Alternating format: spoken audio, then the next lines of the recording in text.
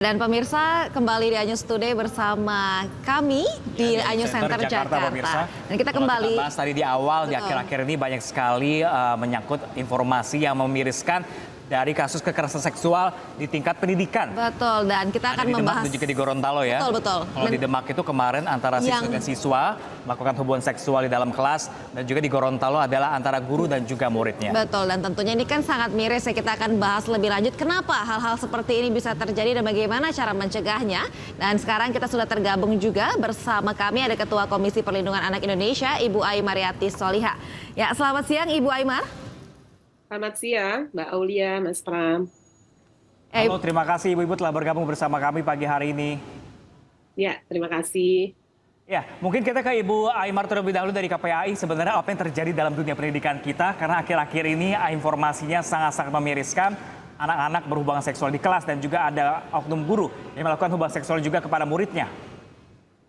Ya, pertama ini fenomena yang terus mengalami eskalatif ya. Kalau saya sebut dari jumlah memang meningkat. Angka kekerasan seksual dalam 3 tahun terakhir, terutama pengaduan di KPAI. Yang kedua, kenapa saya bilang eskalatif? Karena situasi kedaruratan yang kita temui itu di luar, kalau kata bahasa anak-anak zaman sekarang, di luar nurul. Ya, karena kita harus memaknainya eskalatif. Pertama, banyak sekali situasi yang memanipulasi anak-anak kita gitu ya di luar sana. Ini terutama ada di dalam lingkungan pendidikan. Kita melihat ada kelemahan-kelemahan anak yang itu dimanipulasi sedemikian besar untuk kesenangan dan bahkan tindakan melawan hukum. Itu yang saya temukan di dalam kronologi Gorontalo ya, beberapa laporan kepolisian. Bumbu asmara, dijanjikan ABCD, apalagi anak-anak ini, anak yang dia lakukan persetubuhan ini tidak punya orang tua. Sungguh kita mampu gitu ya memetakan di mana kelemahan dan manipulasi apa yang dilakukan oleh relasi kuasa tersebut dari guru kepada muridnya. Yang kedua, memang eskalasi lingkungan pendidikan di dalamnya mungkin kita sering mendengar perundungan gitu ya atau kekerasan fisik misalnya. Tetapi kalau tindakan eksploitasi atau hubungan seksualitas sesama misalnya murid ataupun juga dengan guru dilakukan di lingkungan pendidikan dan bahkan di sekolah, ini yang harus betul-betul kita refleksi besar-besaran, kita harus petakan besar-besaran di mana sebetulnya kelemahan yang paling mengemuka di dalam konteks pendidikan kita, sehingga lingkup pendidikan disalahgunakan untuk perilaku yang sangat-sangat bejat ya, tidak bermoral dan kemudian dilakukan di dalam institusi pendidikan. Baik, Ibu Ai. Di dua hal ini tentu harus ada bacaan yang lebih strategis ke depan untuk pencegahan serta penanganan. Baik, tidak hanya dari KPAI, ada Ibu Aimar, juga ada psikolog anak remaja dan keluarga, Ibu Novita Tandri telah bergabung bersama kami. Ya, selamat siang Mas Pras. Ya. Ya Ibu, ini kalau kita bicara terkait psikologisnya ini bagaimana Bu, sampai hal-hal seperti ini bisa terjadi? Baik, ini kalau satu saya melihat tadi sudah cukup dijelaskan oleh Mbak Aimariati, Ketua KPAI. Saya melihat kalau secara psikologis di sana ada satu, relasi kuasa. Jadi seorang guru kepada muridnya. Dan kalau dilihat sebagai guru untuk pembimbing pula dengan karya ilmiah.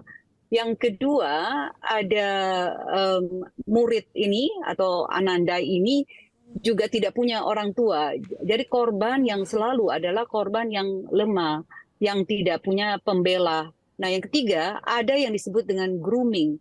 Jadi dari relasi keluarga tidak punya orang tua, ada grooming di sana.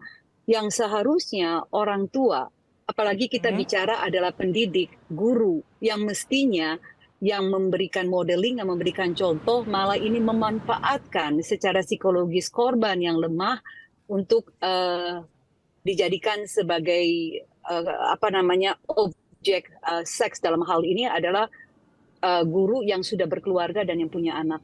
Jadi saya melihat ini menjadi tamparan keras buat kita semua sebagai pendidik, sebagai orang tua, dan juga pemerintah untuk memberikan sanksi yang tegas dan berat. Karena tanpa ada efek jera dengan sanksi yang keras, hal seperti ini akan terus berulang dan terjadi. Kalau kita lihat sekarang sudah sangat baik sekali ada undang-undang TPKS ya dari nomor 12 tahun 2022. Tetapi buat saya untuk di sekolah ini harus ada semacam kayak satgas yang keras dan tegas sanksinya, seperti satgas-satgas yang ada di perguruan negeri. Karena kalau kita lihat bukan hanya perguruan negeri, tetapi karena anak-anak remaja, karena Baik, Ibu adanya. Tantri. Iya, Oke, yes. kita ke Ibu Aymar. Ibu Aymar, ini seperti apa nih preventifnya, pencegahannya, antisipasinya, apalagi di lingkungan sekolah seperti ini?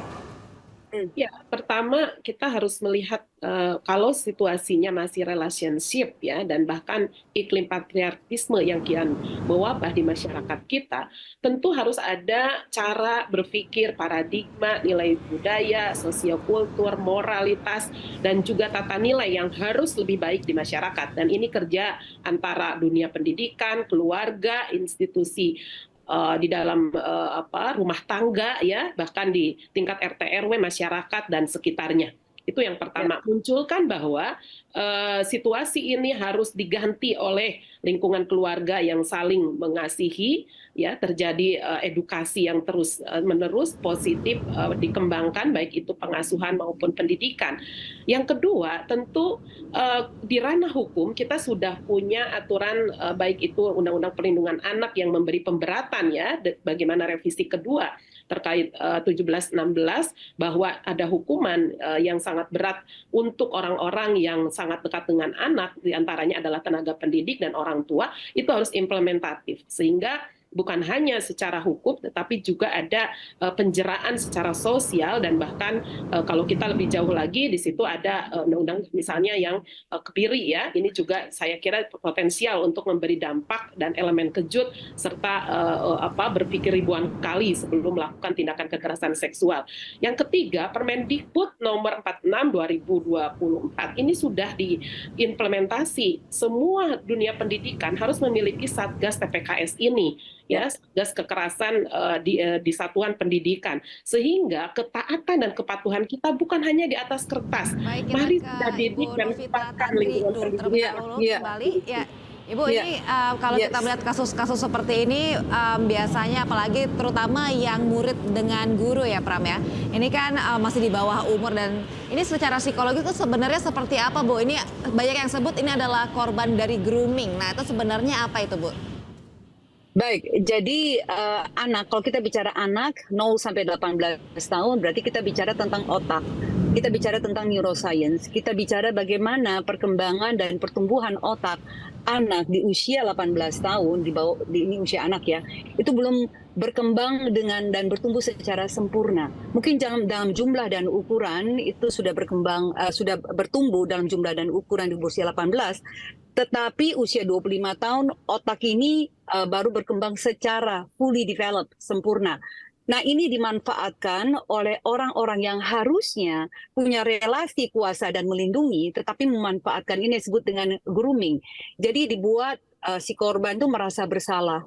Ada rasa bahwa saya mencintai dirimu, disayangi. Nah, ini kita lihat ada tangkir cinta yang kosong dari Ananda ini yang menjadi korban, yang tidak didapatkan dari figur orang tuanya yang tidak ada.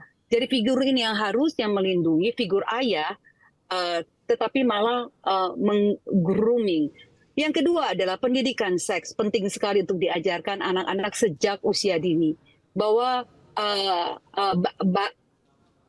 alat-alat kelaminnya, lalu bagian-bagian yang vital itu harus ditutupi oleh baju, tidak boleh disentuh oleh siapapun. Dan ini jelas sekali ada di dalam undang-undang TPKS, pelecehan seksual. Karena kalau tanpa ini, Mas Pras, anak-anak ini dengan mudah sekali di-grooming karena takutnya. Dan akhirnya ini kasus-kasus seperti ini yang terjadi. Semoga ini menjadi pembelajaran kita semua ya. Baik, terima kasih banyak Ibu Novita Tantri selaku psikolog anak remaja dan juga keluarga. Nanti juga ada Ibu Aymar dari KPAI. Ini tidak hanya harus dari fokus dari pihak sekolah, juga dari pihak orang tua di rumah. Bagaimana untuk mengatur anaknya nanti ke depannya seperti apa. Terima kasih Ibu-ibu untuk informasinya bersama kami, berbagi informasi bersama kami di iStudio kali ini. Terima kasih.